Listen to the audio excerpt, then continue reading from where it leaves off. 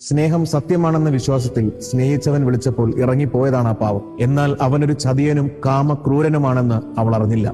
അവളെ ഒരു പാറക്കെട്ടിലേക്ക് അവൻ വിളിച്ചു കൊണ്ടുപോവുകയും പിന്നീട് അവളെ ആ കാമദ്രോഹിയുടെ കൂടെ വന്ന സുഹൃത്തുക്കൾ എന്ന ചെന്നായകൾക്ക് പങ്കുവെക്കുകയായിരുന്നു ആ കഴിവേറിയുടെ മകൻ ചെയ്തത്. ആ കുട്ടി എത്ര എന്നെ വിടാൻ പറഞ്ഞിട്ടും ആ ചെന്നായ്ക്കൾ ആ കുട്ടിയെ പിടിവിട്ടില്ല. പിന്നീട് ബലാത്സംഗം ചെയ്യുകയും അവസാനം ആ കുട്ടിയെ ക്രൂരമായി കൊല്ലുകയും ചെയ്തു. എന്ത് നിയമമാണ് നമ്മുടെ നാട്ടിലുള്ളത്?